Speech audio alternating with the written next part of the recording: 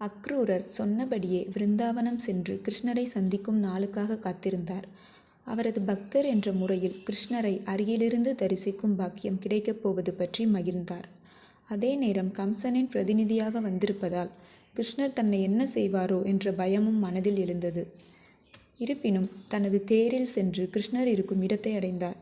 பிருந்தாவனத்துக்குள் அக்ரூரரின் ரதம் நுழைந்தது. ஓரிடத்தில் மரகத மலையும் வெள்ளி மலையும் சேர்ந்து ஒளி வீசியது போன்ற பிரகாசம் ஏற்படவே ரதத்தை நிறுத்தினார். அங்கே கிருஷ்ணரும் பலராமரும் ஒளி பொங்கும் உடலுடன் நின்று கொண்டிருந்தனர். ஆங்காங்கே நடந்ததால் மணலில் பதிந்த அவர்களது பாத சுவடுகளைத்தான் அக்ரூரர் முதலாக பார்த்தார். அவற்றை மனதார தரிசித்தார். அந்த பாத சுவடுகளை பார்த்த பிறகு கிருஷ்ண பலராமரின் முகங்களை உற்று நோக்கினார் அக்ரூரர். கண்ணீர் வழிந்தது. கிருஷ்ணர் பலராமர் அவரை எதிர்கொண்டு வரவேற்றனர். எதிரியின் தூதராய் வந்தாலும் தனது பக்தர் அக்ரூரர் என்பது அந்த பரந்தாமனுக்கு தெரியும். அவர்கள் விரைந்து வந்து அக்ரூரரை வரவேற்றனர். அவரது கையை பிடித்து அழைத்துச் சென்றனர். அவருக்கு ஒரு பசுவை தானமாக வழங்கினர். அவரை உணவருந்தச் செய்து சந்தனம் முதலானவை பூசி உபசரித்தனர். இதன் பிறகு அக்ரூரர் கம்சனின் திட்டம் பற்றியும் நாரதர் அங்கு வந்து சென்றது பற்றியும் தகவல் தெரிவித்தார். மதுராவில் தனுர் யக்ஞ விழா நடக்க இருப்பது பற்றியும் அதில் கோகுலத்தில் உள்ள இளைஞர்கள் அனைவரும் வரவேண்டும் என்ற கம்சனின் உத்தரவு பற்றியும் சொன்னார். கிருஷ்ணர் அதற்குரிய ஏற்பாட்டை உடனடியாக முடித்தார். அவர்கள் மதுராவுக்கு புறப்பட்டனர். தேர் புறப்பட்டது. கோபியர்கள் வந்து மறித்தார்கள். கண்ணா, நீ போகாதே என கண்களிலே தடுத்தார்கள்.